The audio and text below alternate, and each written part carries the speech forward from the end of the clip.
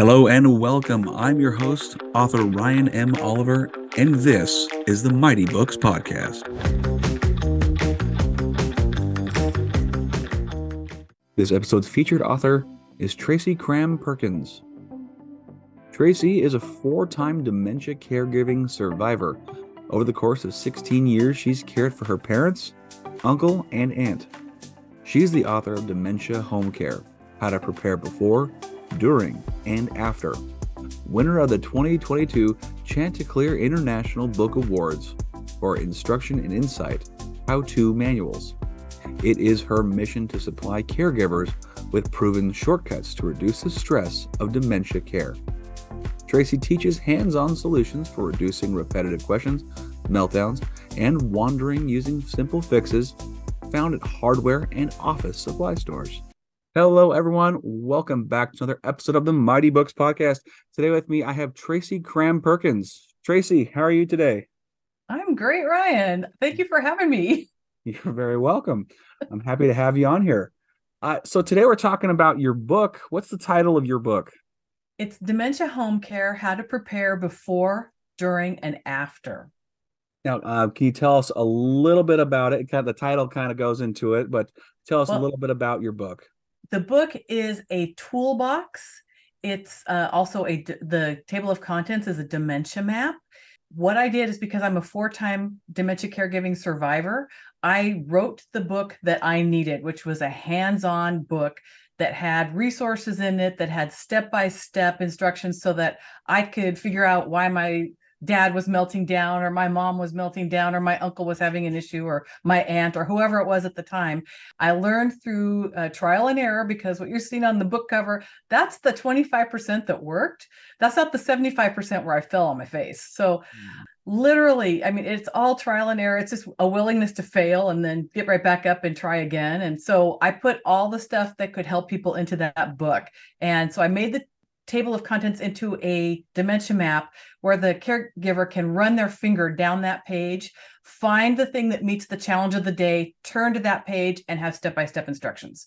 Because I know what it's like to have somebody throwing silverware at you, screaming at you, yelling, crying, weeping on the floor, whatever it is, and not knowing how to take care of that. So, I mean, and there's more to it than that, but I mean, it's really hard when you have your mom looking at you going, I don't know who you are. They tell me you're my daughter, but I know you as the book lady. So it's like, how do you cope with that?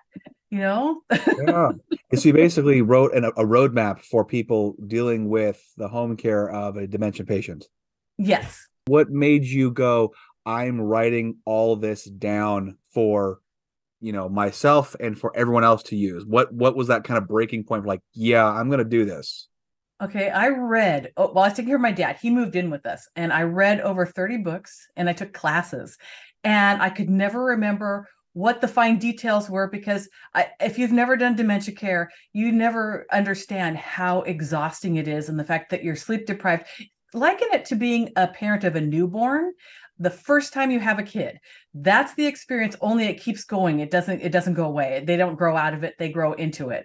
So I would remember that I read something on how to do this distraction technique when my dad thought that his coat was poisoning him with sarin gas. And so I had to figure out, okay, how am I going to walk him through this hallucination? Because we have to go to a doctor's appointment, and I only built in 20 minutes to get him there. So I was like, oh my God, because they're only 20 minutes away. How am I going to do this and get him out the door? So I would flip through the books like crazy, looking for something, trying to figure out, okay, where did I read that? And nobody had a table of contents that would tell me where it was. It would just be in a chapter that was like 30 pages long, and I'd be fanning through the pages, and I would never find it because I was too stressed to find it. And 3 weeks later, I'd find the answer.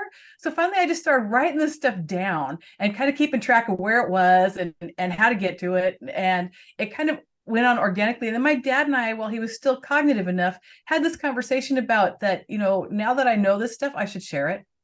So he literally gave me permission to do that. And so he got to the point where his health declined and I couldn't take care of him anymore, because he just had extra health issues besides the dementia. Sure. And so after that, I started trying to get people to believe that I had the knowledge to do this, because that's the other part. When you're doing nonfiction, and you don't have a platform, our very favorite word, people don't believe you know anything.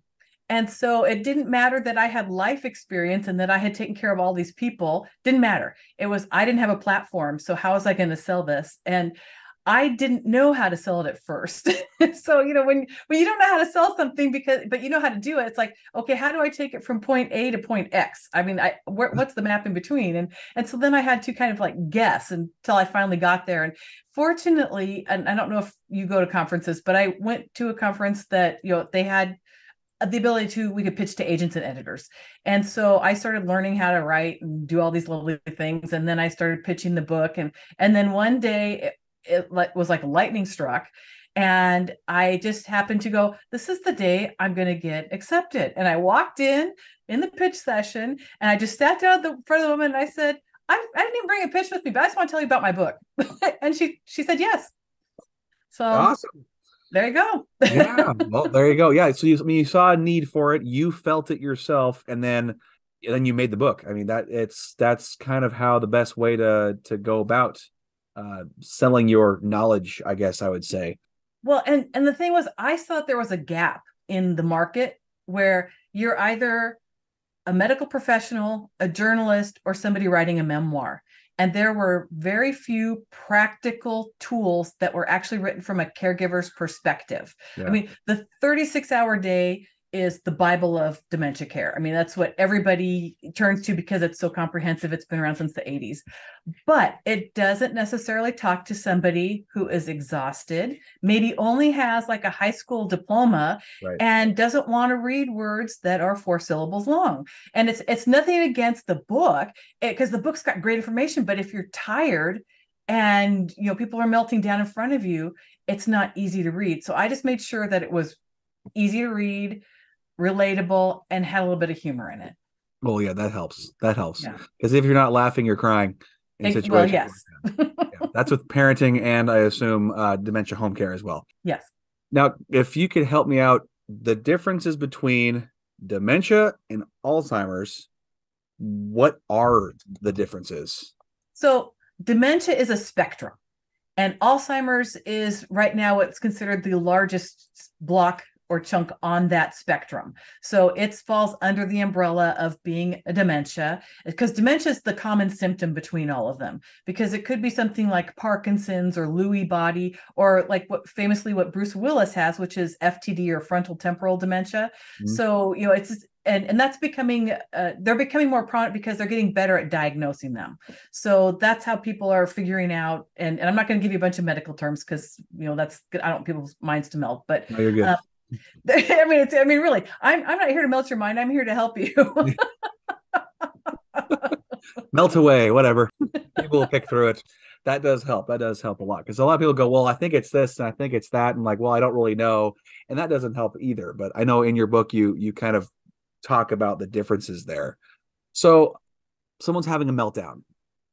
Okay.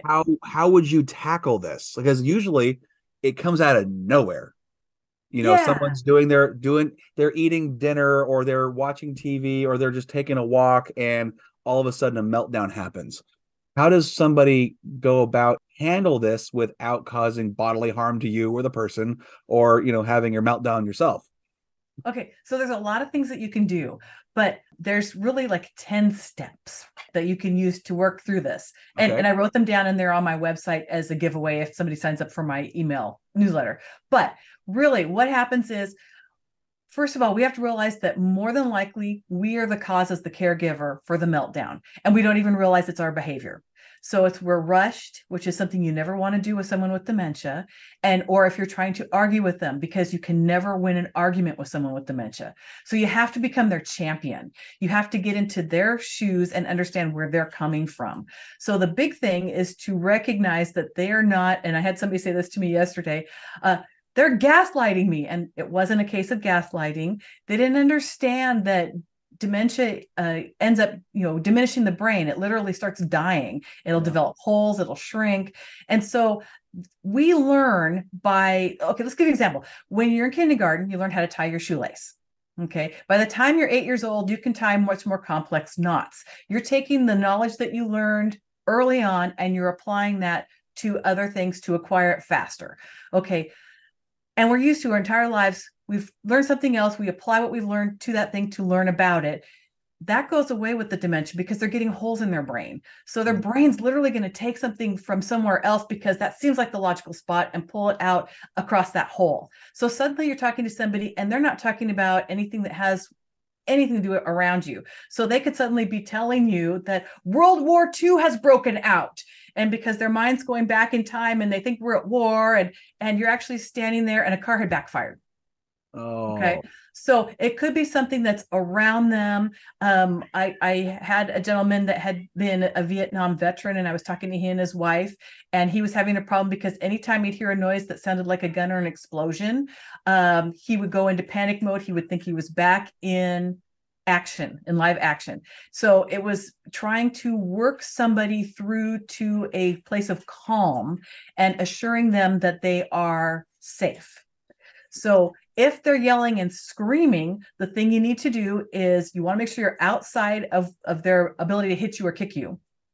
You want to be on their dominant side. So, because you'll notice if you get somebody that's arguing with you and they're standing on your non-dominant side, you may not recognize this even, but you'll start to move away from them because they're on your non-dominant side. You do not feel safe there. Okay. So you want to get, let's say they're left-handed, you want to stand on their left side, and then you want to shout what they are shouting, whatever that is. So if they're thinking that you're trying to kill them, you're yelling, "Stop trying to kill him. Stop trying to kill him." So you want to become his champion, literally. And the funny thing is if you start yelling with them, they'll stop yelling because now they feel heard. And this works with interesting. anybody in crisis, whether it's for PTSD or little kids or whatever it is. It works with anybody if they're in crisis because now you're their champion. So the next thing you want to do is then you want to tell whoever is around them, get away. It's not appropriate. You're not doing this anymore. Give us space. Yeah. So, be forceful. And so that way they feel like, again, you're their champion. You're making room for them so that they feel safer because nobody likes feeling crowded. They don't want to feel like they're being attacked. So once you've got that space around them, then you say, "You must be so scared. Can I do anything for you? Can I help you? Would you like something? Can I wrap this blanket around you?" Or can take care of their emotional needs? You want to also get below their eye level because it's non-threatening. So think about it. If you're like a grandparent and your kids are down at your knees, your grandkids are down at your knees talking to you, that's not threatening. Yeah. So if your person is standing there, get down on one knee and talk to them like you're proposing, but you're not proposing. What you're doing is you're just going to raise your hand up to them so that they can reach out with their dominant hand and hold your hand. Once they have done that, you know that they've calmed down enough that you can take care of whatever's triggered them and also get them back to calm. Maybe it's taking them to a smaller room, something that's quiet, play their favorite music, wrap them in a weighted blanket because, again, anything like being in the womb, it's safe and secure, and people will sleep better. So it's like wrapping a baby in a weighted blanket just to keep them, it just gives them security. So it works with people with dementia just like it does with babies. So then what you want to do next is, make sure that they don't need something to drink, that they aren't hungry, that whatever it is, just to take care of their needs. And the other thing that happens, I notice it with dementia patients, is they will get cold very quickly if they're elderly. So you want to make sure that they don't go into hypothermia, and that can happen when they get stressed out. And most people don't even realize that's an issue and what could be causing part of the problem that they're having. Wow. So Yeah. really, you're basically in the moment of crisis, you're validating their emotions and their feelings and their perspective because it's a little skewed, but you're Oh yeah. validating them, which brings them kind of back down to center, at least Yes. energy wise. And I love the idea of screaming with them, not at them, but with them. Mm-hmm. It does work for kids too. I've done it before. You got someone who's just blowing up, and then you scream with them, "I'm so mad too!" Like, you are? Yeah. Why are you mad? And then you talk about it. You're like, "Oh, okay, we're good now. We're gonna go play." So I would not even to think about doing that with somebody, with a grown person dealing with going through an episode. That the amount of tantrums you had to put down to figure all of that out, I imagine, was quite a few. Actually, I'm going to give the full credit to Teepa Snow. You may Okay. not have heard of her, but she is an amazing advocate for dementia. And she does videos online. And literally, I stumbled across her many years ago and started watching her videos to learn how to de escalate because I had issues where my dad tried to attack me with a large stick because he thought I was laughing at him because he had made a mistake. I didn't realize that this was an emotional thing for him. He accidentally put the kitchen garbage in the recycle bin. In the not in the yeah, in the yard waste bin, excuse me. Oh, okay, okay. And so I went, we had a storm come through while we had gone shopping. We came back and we were picking up the sticks from the driveway and we went to go put them in the yard waste bin. And there was the kitchen bag with the little red, handles waving at us. And so I started to laugh because I thought, oh my gosh, that's so funny. But my back was turned to him. And fortunately, my husband was with us because my dad grabbed the stick and was about to beat me with it because he wanted to fix his mistake. I was taking his power away from him. And he blew up. I mean, he just blew up in the moment. If my husband, who is 6'5", hadn't stood between him and me, he would have blown me over and probably beaten me up. So I am very, very grateful that my husband just stood there like a wall and just got him to calm back down. Because the minute he hit my husband, he goes, I can fix this. And he throws the stick on the ground. He marches over, he rips the bag out of my hand and puts it in the garbage container. And so then we had to, after that, it's like, okay, if my husband's not here, how am I going to stop this so that he doesn't forget who I am and beats me up, Oh man. Now I'm not sure if you know the statistic or whatever. Is there a lot of, home care folks who unfortunately do get attacked or beaten up by dementia patients? Yes, I don't know the statistic, but it is commonplace. Okay. I kind of figure when someone all of a sudden blows up, you don't anticipate someone freaking out. You're there in their line of sight. You're Yeah. the enemy at this point in time for that half a second or 2 minutes or whatever case may be. Mhm. I can imagine. I know home care can be very stressful on folks. So, do you go into kind of how to deal with that as a home care person? More what I am is an advocate to teach them how to de-escalate it. I am not going into people's homes at this point, at least, and saying, okay, we can do this. So like if they're sundowning, I don't know if you're familiar with that term. It's a worsening of behaviors in the afternoon, early evening. It starts early as 3 o'clock and goes until 8 o'clock. And what is happening is they're tired, they're disoriented, and they know they should be doing something. And so their brain's just feeding them whatever. So it could be like one of my friends had this happen where her mom picked up, when she was making dinner, her mom would pick up the remote and walk around the house beating the remote on everything. She thought she was cleaning. We didn't know that at first. So she thought she was cleaning. I just happened to see a Cheap as Snow video, and she had a woman and this is so crazy, the serendipity of this.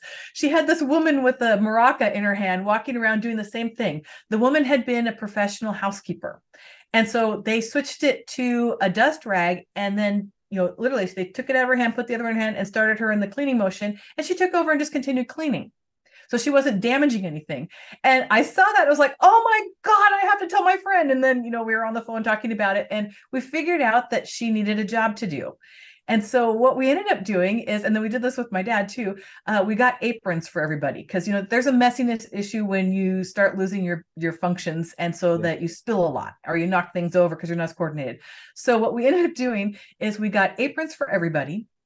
When you're getting ready for dinner, everyone put on their apron that was working around the kitchen, including mom, and would go around and they would give her a task to do, which in this case was putting silverware on the table.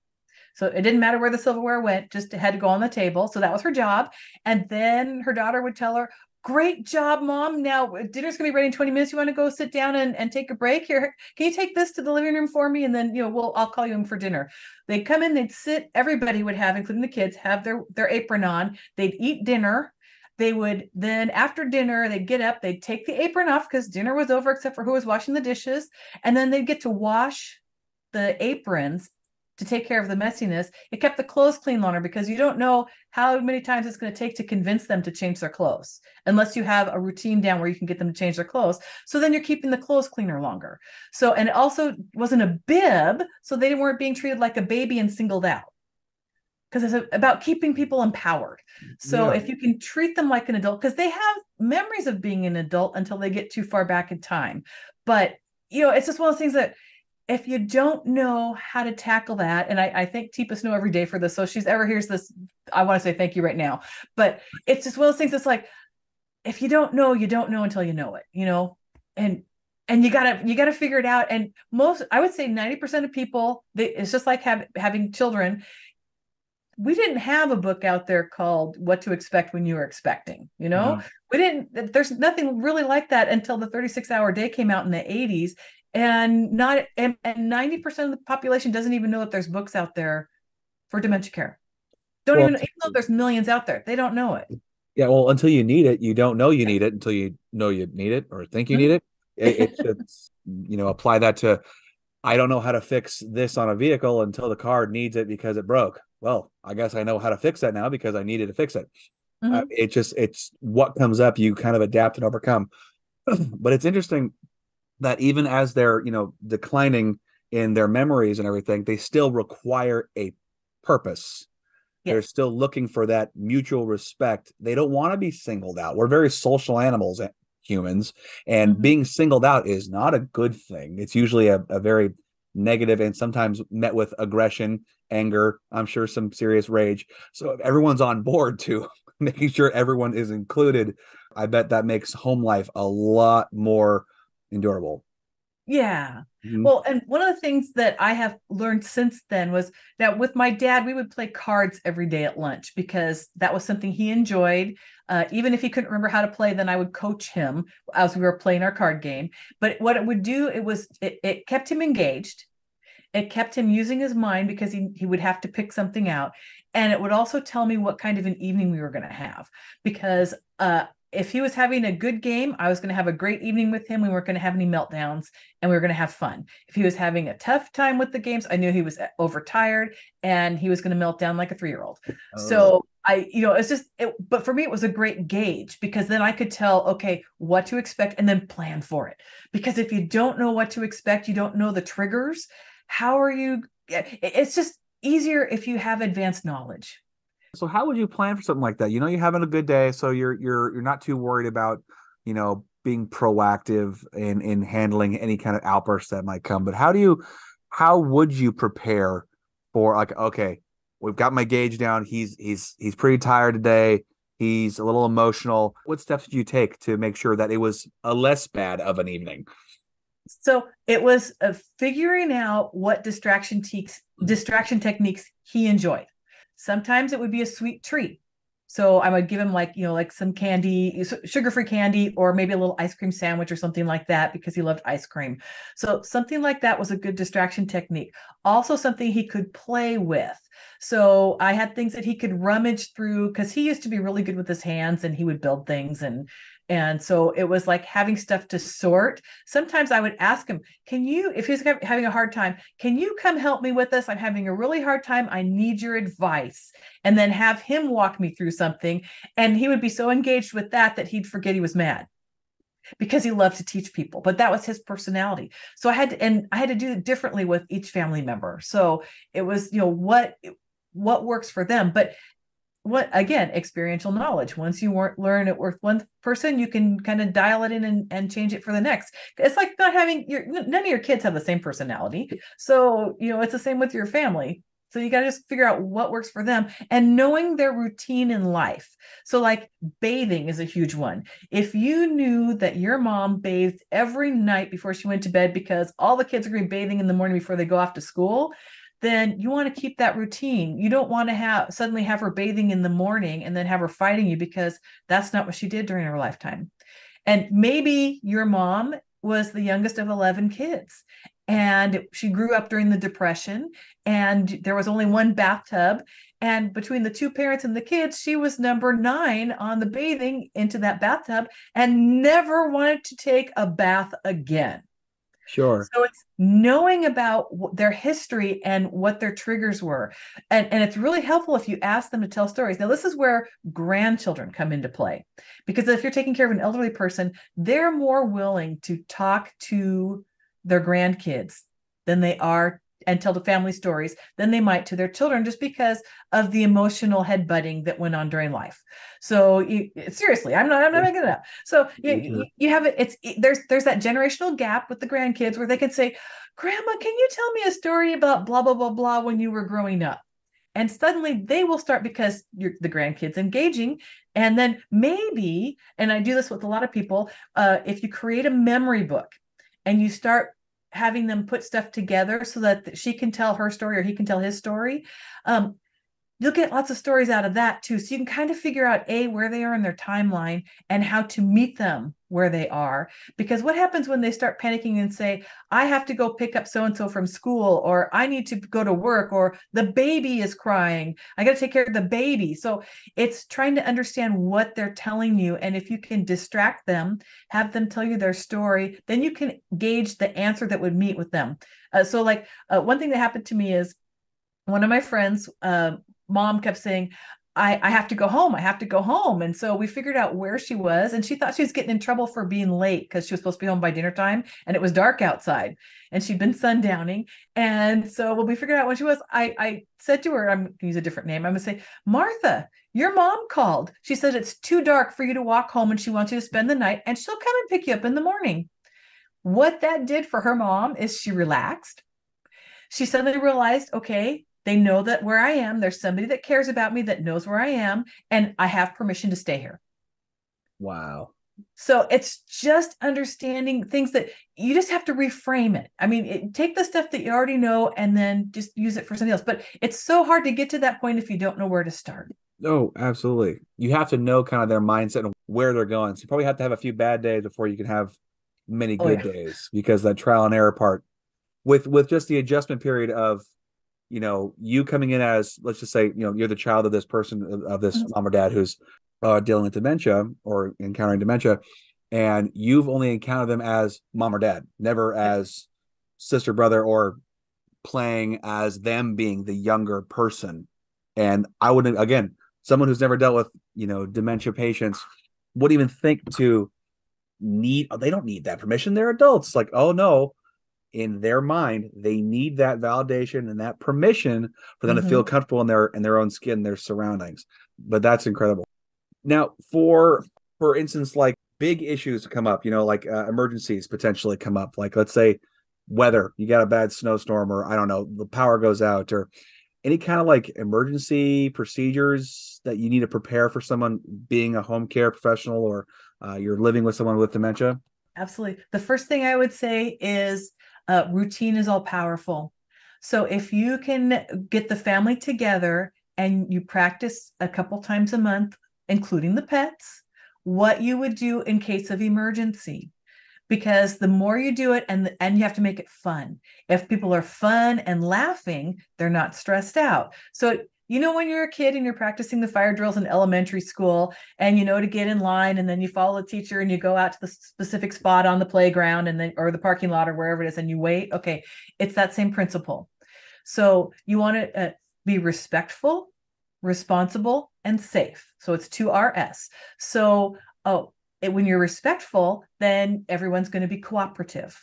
When you're responsible, then no one gets hurt. Again, with safe, no one gets hurt. Right. So you want to choose things to figure out, okay, if we can't go out this door, how can we go out this door? How you want to practice, and you want to have emergency preparedness kits ready to go. So you've got your grab and go backpack that's allegedly in everybody's room because you're practicing for this, that's got the things that you need, plus whatever can keep little, like if you have kids, you would have activities that can keep them occupied, whether it's coloring books or their PlayStation, whatever it is that they can fit in there, the backpack. Okay, the same thing for the parent. If your parent is really into, let's say they like to do like Lego Duplo blocks, then to build things to keep them active, you throw a pack of that in the backpack and you make sure that's in there so that when you can keep them calm when you get to shelter. Okay. So the thing is, if the power goes out, you want to have emergency night lights that go on that have like 8-hour batteries so that they can see. Because if people can't see, especially when they're confused, they're going to fight you. They're not going to want to move. And you don't want to fight. You want to be able to have them go, oh, we're having an adventure, and we're going to play this game or we're going to do whatever, and just invite them. Yeah. So but definitely practice and celebrate the failures. When you're doing the practices and things go badly, everyone high fives. Yeah. We know a way not to do this. High five, You want to make it fun, because the more fun it is, the more engaging it is, the more likely they're going to do it. And then as you're involving the dogs and the cats, if they're doing it with you, or the weasel or rabbit or whatever it is, right, they're not going to get stressed out either. Oh, we do this all the time. Okay, we're getting into the cage, we're going out this way, and you're gone. So it's routine, and routine with dementia is all powerful.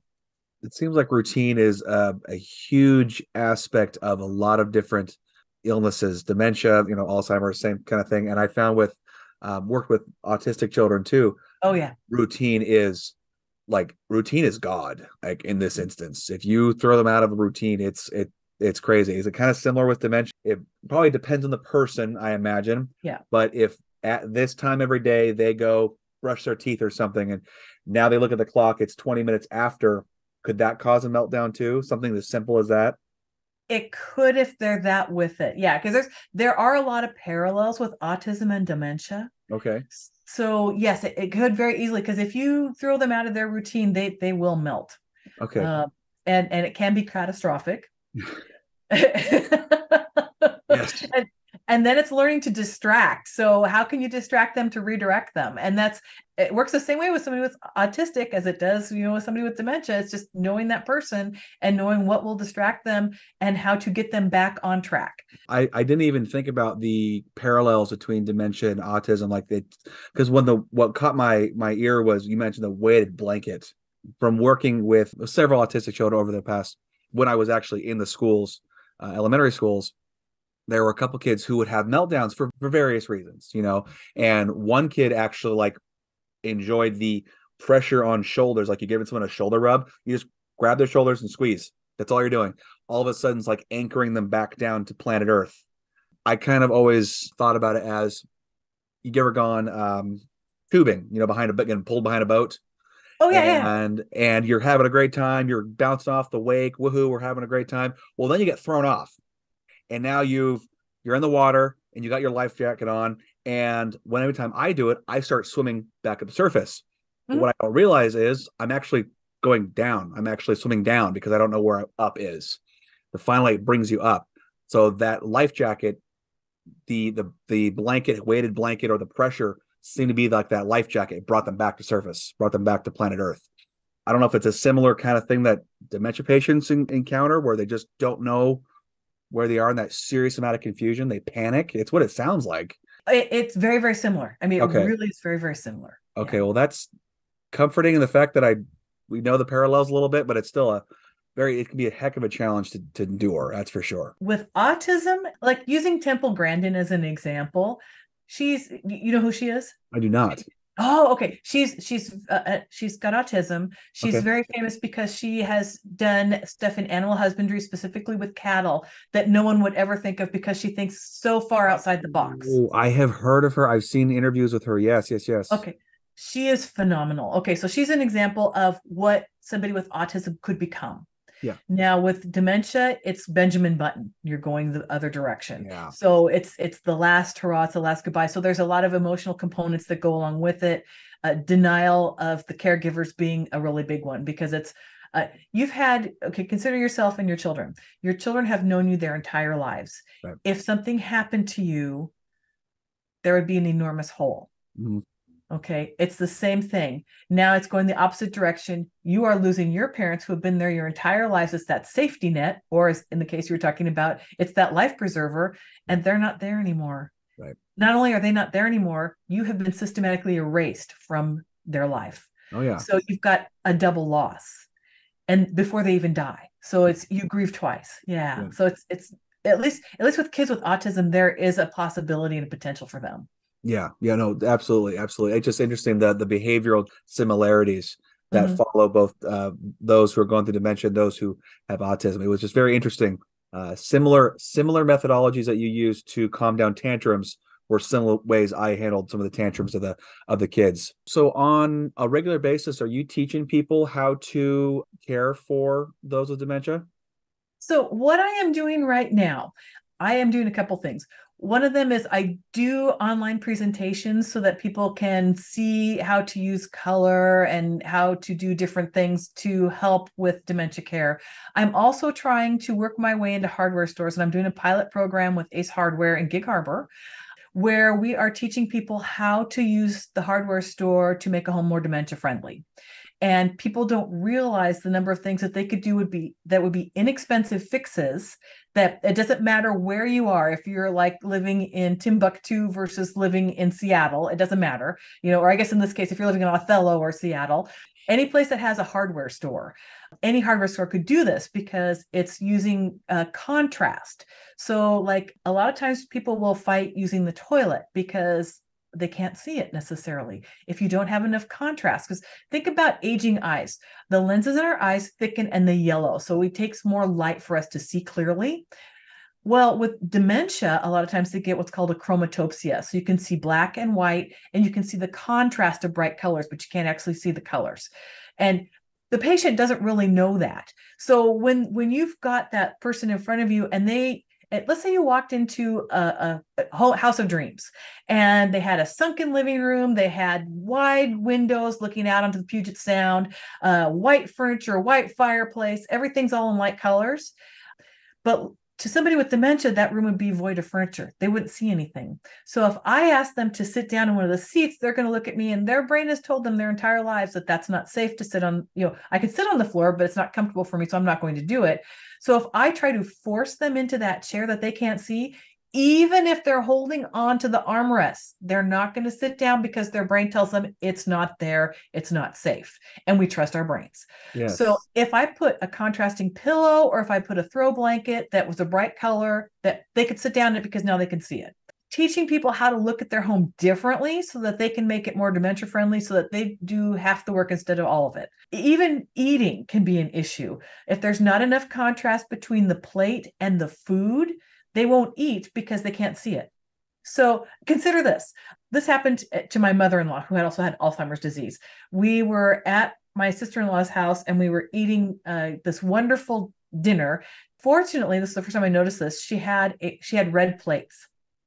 And so with our hors d'oeuvres, my mother-in-law was eating the hors d'oeuvres. Then we got to dinner and my brother-in-law piled her plate with gravy, mashed potatoes, turkey, stuffing. It was all the same color. So my mother-in-law just sat there and looked at it and cried. Didn't say a word. She just cried.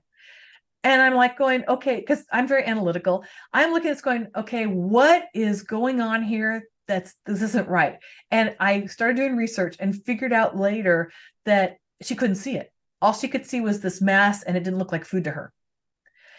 So Alice Cronin Golem is a researcher for the University of Boston, and she does research on advanced Alzheimer's disease and how to empower people with Alzheimer's disease. One of the studies was for self-feeding. And she figured out that between bright reds and bright blues, patients that had small portions on the plate so they could see the contrast. So it'd be like doing it one course at a time, like in a fancy restaurant. Okay. So if we would have just put the turkey on there first, she would have eaten the turkey because there was nothing else there to distract her. But because everything was monochromatic, we needed to have enough contrast so she could see it.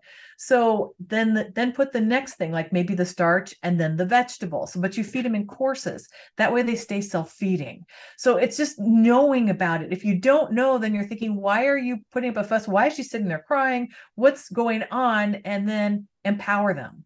Because we all want to be able to take care of ourselves, but we have to do it at this level where we have our skill set left at. Very interesting. So if people want to learn about this and maybe get a hold of you or find out where you're speaking, how can they do that? Okay, so my website is tracycramperkins.com. It's spelled TracyCram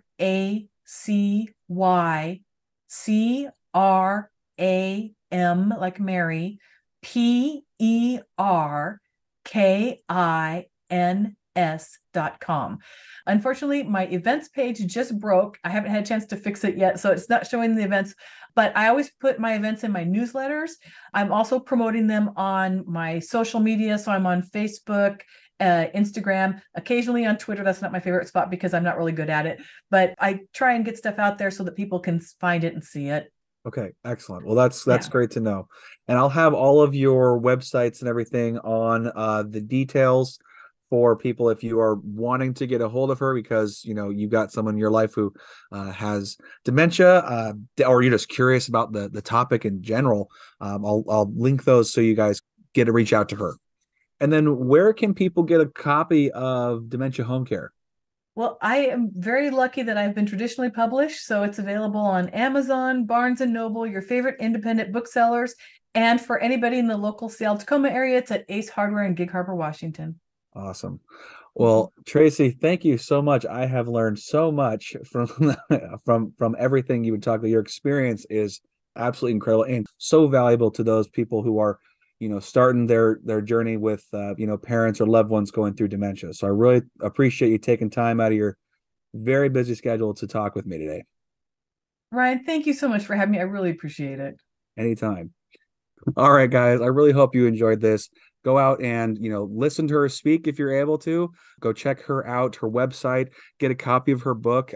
It really is very well done. It's a toolbox for those who are working with someone who's going through dementia. So, again, you guys have a great rest of your day. And as always, stay mighty and keep reading.